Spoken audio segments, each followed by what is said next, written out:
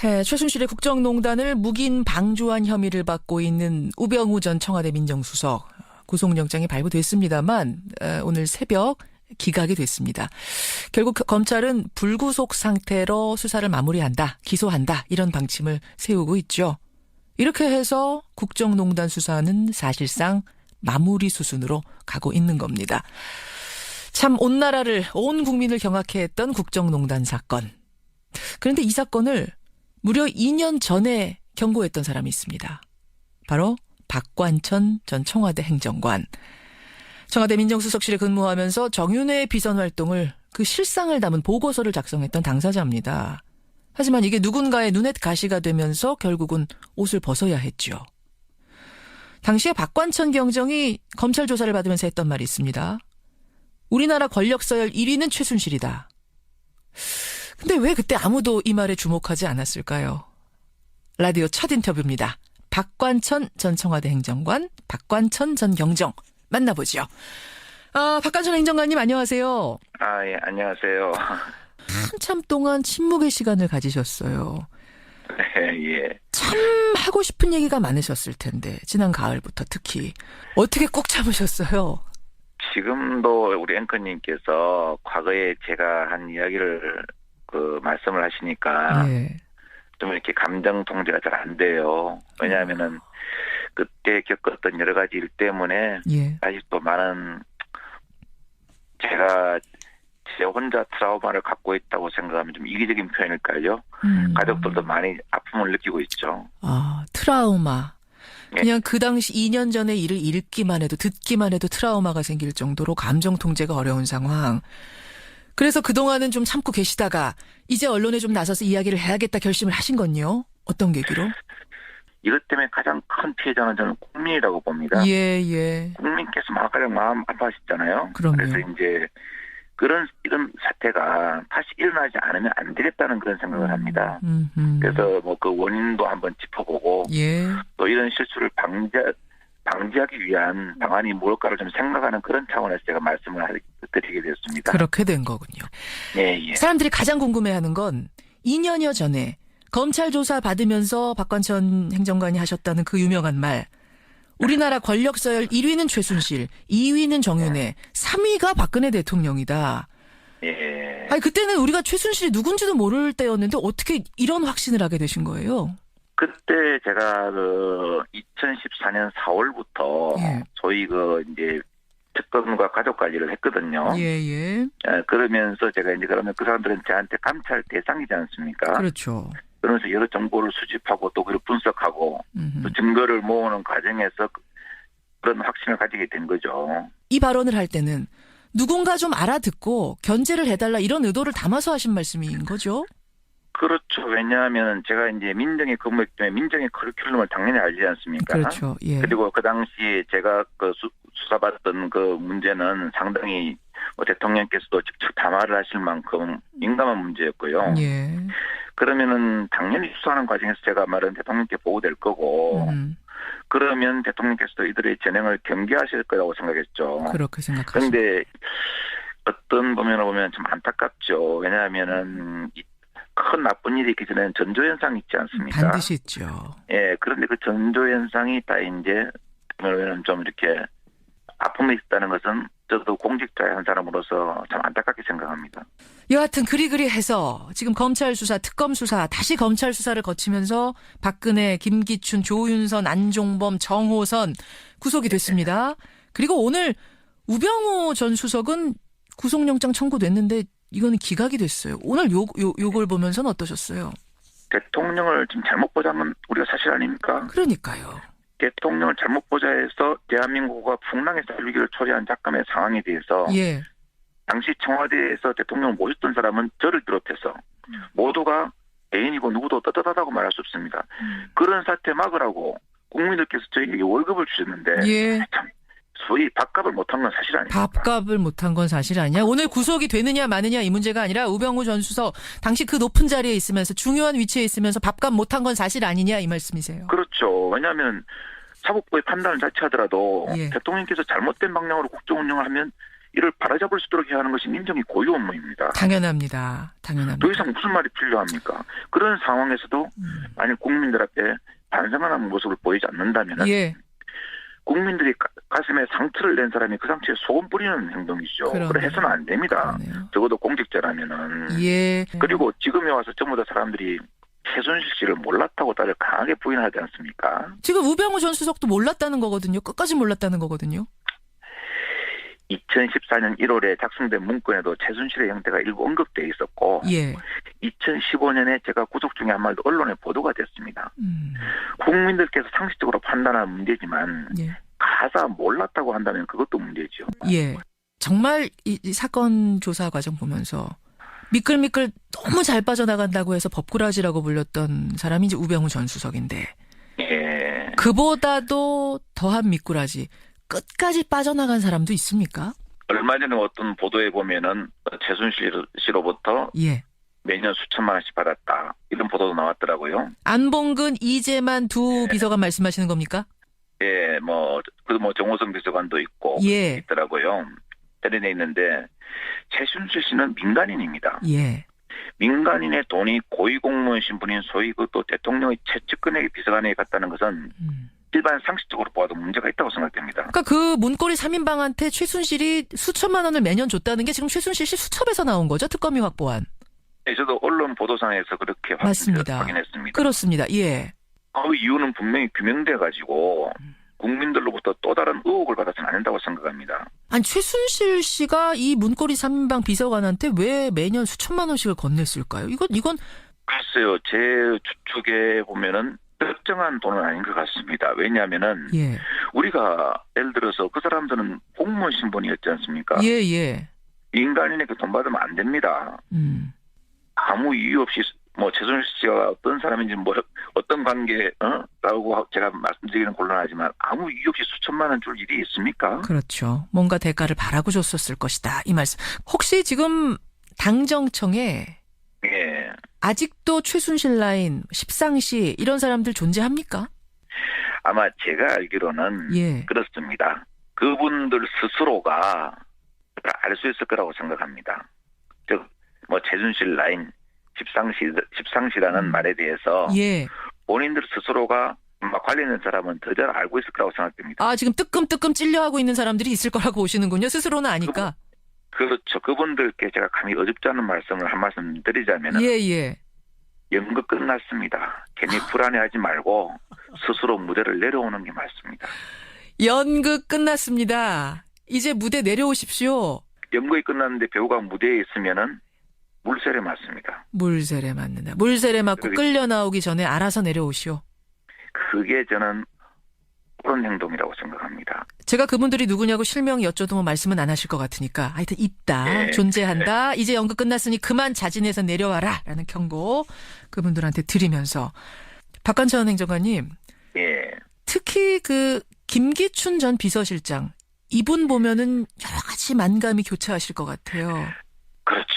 아니라고 하면 거짓말입니다. 그렇죠. 청문회에서 근데 이 김기춘 실장이 정윤회 문건은 내가 시키지도 않은 일이다. 이렇게 얘기를 했거든요. 왜 웃으세요? 예. 저는 국민의 모성이었습니다. 그러면 제가 분명히 말씀드려야 될 거 말씀드려야 된다고 생각합니다. 물론이죠. 정윤회 문건은 김 전 실장의 지시에 의해서 조사가 이루어졌고 그 지시에 대한 1차적 결과를 보고서로 작성한 것이 분명합니다. 그 문건을 작성하는 과정에서는 민감한 부분이 많아서 여러 번 7, 8번의 수정을 할 만큼 민감한 사항을 예. 김 전 실장의 지시 없이 보고서를 만들어서 가져왔다. 그런 기본적인 상식에도 맞지 않고요. 예. 옛 부하 직원의 우리 김 전 실장님께 드리는 쓴소리, 고언이라고 제가 참 하나를 들으신다면 예. 좀 재판을 받으시더라도 당신께서 살아온 인생의 계정만큼 명예를 좀 지키시면서 받으셨으면 합니다. 일시적인 수고를 드러내시기 위해서 거짓말로 국민께 아픔을 들이신다면은 예. 이건 정말 국민들을 화나게 하는 것은 물론이거니와 여태까지 당신께서도 평생 쌓아오신 답을 스스로 무너뜨리는 것입니다. 이제 남은 재판이라도 정직하게 받아서 마지막 남은 명예라도 지켜라. 이런 지금 고언하셨어요.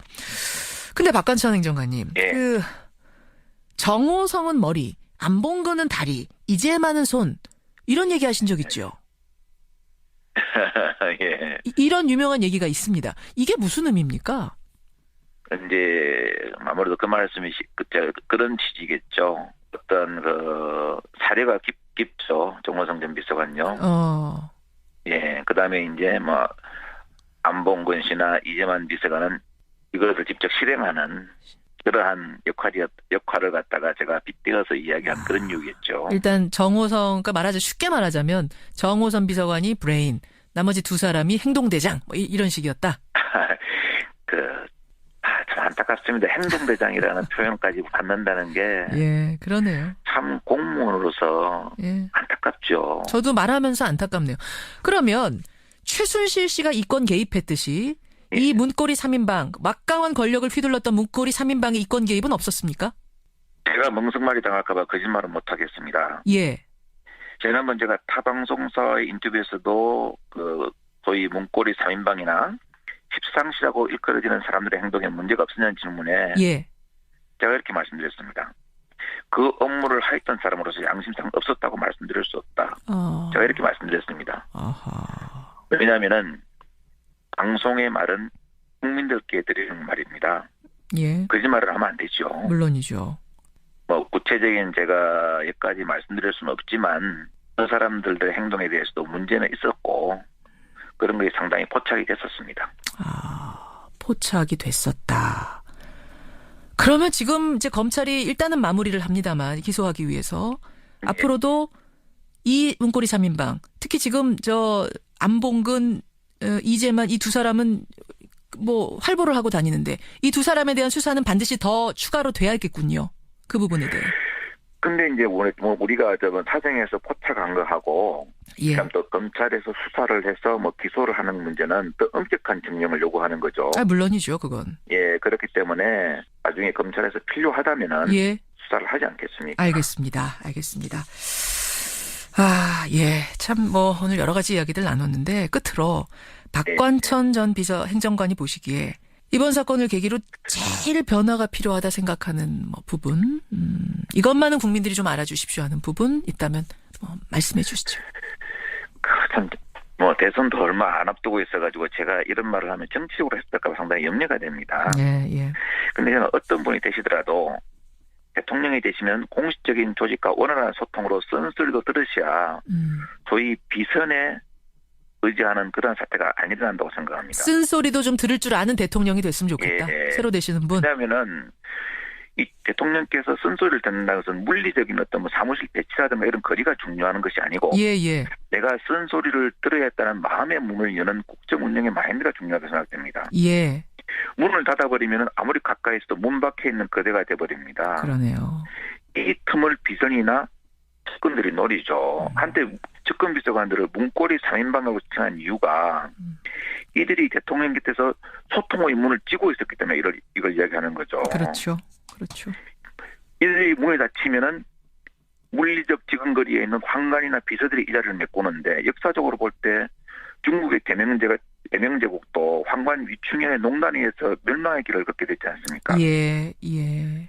소위 공식 조직에 쓴소리를 들으시고 좀 생각하시고 판단하시는 그런 분이 되셔야 국정 운영이 잘 되지 않을까 저는 이렇게 생각하고 이래야만이 국민들이 지금 쓰라린 가슴도 좀 보듬어 줄 수 있지 않을까 하는 그런 생각을 합니다. 비선, 환관에 의존하지 말고 공식 라인의 쓴소리를 듣는 대통령, 그런 대통령이 반드시 탄생했으면 좋겠다. 저도 똑같은 말씀 전하면서 오늘 귀한 시간 고맙습니다. 아닙니다. 감사합니다. 예, 박관천 전 청와대 행정관, 박관천 전 경정이었습니다. 국민들이 가슴에 상처를 낸 사람이 그 상처에 소금 뿌리는 행동이죠. 그래 해서는 안 됩니다. 그러네요. 적어도 공직자라면은. 예. 그리고 지금에 와서 전부 다 사람들이 최순실 씨를 몰랐다고 다들 강하게 부인하지 않습니까? 지금 우병우 전 수석도 몰랐다는 거거든요. 끝까지 몰랐다는 거거든요. 2014년 1월에 작성된 문건에도 최순실의 형태가 일부 언급되어 있었고 2015년에 제가 구속 중에 한 말도 언론에 보도가 됐습니다. 국민들께서 상식적으로 판단하는 문제지만 가사 몰랐다고 한다면 그것도 문제죠. 정말 이 사건 조사 과정 보면서 미끌미끌 너무 잘 빠져나간다고 해서 법꾸라지라고 불렸던 사람이 이제 우병우 전 수석인데 예. 그보다도 더한 미꾸라지 끝까지 빠져나간 사람도 있습니까? 얼마 전에 어떤 보도에 보면은 최순실 씨로부터 예. 매년 수천만 원씩 받았다. 이런 보도도 나왔더라고요. 안봉근, 이재만 두 비서관 말씀하시는 겁니까? 예, 정호성 비서관도 있고 예. 있더라고요. 대련에 있는데 최순실 씨는 민간인입니다. 예. 민간인의 돈이 고위공무원 신분인 소위 또 대통령의 최측근에게 비서관에게 갔다는 것은 일반 상식적으로 보아도 문제가 있다고 생각됩니다. 그러니까 그 문고리 3인방 최순실의 국정농단을 묵인 방조한 혐의를 받고 있는 우병우 전 청와대 민정수석 구속영장이 발부됐습니다만 오늘 새벽 기각이 됐습니다. 결국 검찰은 불구속 상태로 수사를 마무리한다, 기소한다 이런 방침을 세우고 있죠. 이렇게 해서 국정농단 수사는 사실상 마무리 수순으로 가고 있는 겁니다. 참 온 나라를, 온 국민을 경악해 했던 국정농단 사건. 그런데 이 사건을 무려 2년 전에 경고했던 사람이 있습니다. 바로 박관천 전 청와대 행정관.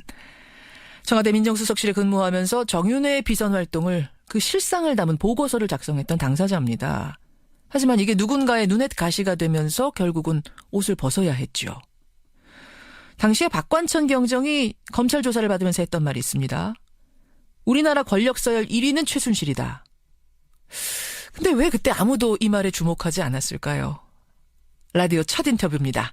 박관천 전 청와대 행정관, 박관천 전 경정 만나보죠. 박관천 행정관님 안녕하세요. 예, 안녕하세요. 한참 동안 침묵의 시간을 가지셨어요. 예. 참 하고 싶은 얘기가 많으셨을 텐데 지난 가을부터 특히 어떻게 꼭 참으셨어요?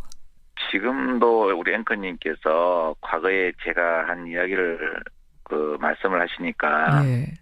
좀 이렇게 감정 통제가 잘 안 돼요. 왜냐하면은 그때 겪었던 여러 가지 일 때문에 예. 아직도 많은 제가 제 혼자 트라우마를 갖고 있다고 생각하면 좀 이기적인 표현일까요? 가족들도 많이 아픔을 느끼고 있죠. 트라우마. 예. 그냥 그 당시 2년 전에 일을 읽기만 해도 듣기만 해도 트라우마가 생길 정도로 감정 통제가 어려운 상황. 그래서 그동안은 좀 참고 계시다가 이제 언론에 좀 나서서 이야기를 해야겠다 결심을 하신 건요? 어떤 계기로? 이것 때문에 가장 큰 피해자는 저는 국민이라고 봅니다. 예. 국민께서 가장 마음 아파하셨잖아요. 그럼요. 그래서 이제 이런 사태가 다시 일어나지 않으면 안 되겠다는 그런 생각을 합니다. 그래서 그 원인도 한번 짚어보고 예. 또 이런 실수를 방지하기 위한 방안이 뭘까를 좀 생각하는 그런 차원에서 제가 말씀을 드리게 됐습니다. 그렇게 된 거군요. 예. 사람들이 가장 궁금해하는 건 2년여 전에 검찰 조사 받으면서 박관천 행정관이 하셨다는 그 유명한 말. 우리나라 권력 서열 1위는 최순실, 2위는 정윤회, 3위가 박근혜 대통령이다. 예. 아니 그때는 우리가 최순실이 누군지도 모를 때였는데 어떻게 이런 확신을 하게 되신 거예요? 그때 제가 2014년 4월부터 예. 소위 이제 특검과 가족 관리를 했거든요. 예.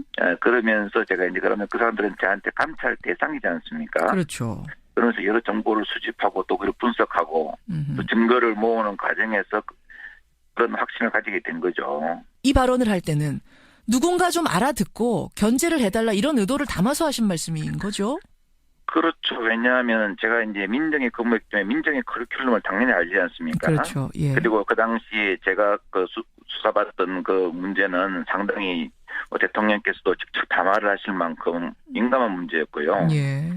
그러면은 당연히 수사하는 과정에서 제가 말은 대통령께 보고될 거고 그러면 대통령께서도 이들의 진행을 경계하실 거라고 생각했죠. 그렇게 생각하시죠. 그런데 어떤 부면을 보면 좀 안타깝죠. 왜냐하면은 큰 나쁜 일이 있기 전에는 전조현상이 있지 않습니까? 반드시 있죠. 예, 그런데 그 전조현상이 다 이제 좀 이렇게 아픔이 있다는 것은 저도 공직자의 한 사람으로서 참 안타깝게 생각합니다. 여하튼 그리 해서 지금 검찰 수사, 특검 수사, 다시 검찰 수사를 거치면서 박근혜, 김기춘, 조윤선, 안종범, 정호선 구속이 됐습니다. 그리고 오늘 우병우 전 수석은 구속영장 청구됐는데 이거는 기각이 됐어요. 오늘 요걸 보면서는 어떠셨어요? 대통령을 지금 잘못 보자는 건 우리가 사실 아닙니까? 그러니까요. 대통령을 잘못 보자해서 대한민국과 풍랑의 쌀위기를 초래한 잠깐의 상황에 대해서 예. 당시 청와대에서 대통령을 모셨던 사람은 저를 비롯해서 모두가 애인이고 누구도 떳떳하다고 말할 수 없습니다. 그런 사태 막으라고 국민들께서 저희에게 월급을 주셨는데 예. 참 소위 밥값을 못한 건 사실 아닙니까? 밥값을 못한 건 사실 아니야. 오늘 구속이 되느냐 마느냐 이 문제가 아니라 우병우 전 수석 당시 그 높은 자리에 있으면서 중요한 위치에 있으면서 밥값 못한 건 사실 아니냐 이 말씀이세요. 그렇죠. 왜냐하면 사법부의 판단을 자체하더라도 예. 대통령께서 잘못된 방향으로 국정 운영을 하면 이를 바로잡을 수 있도록 해야 하는 것이 민정의 고유 업무입니다. 당연합니다. 당연합니다. 더 이상 무슨 말이 필요합니까? 그런 상황에서도 만약 국민들 앞에 반성하는 모습을 보이지 않는다면 예.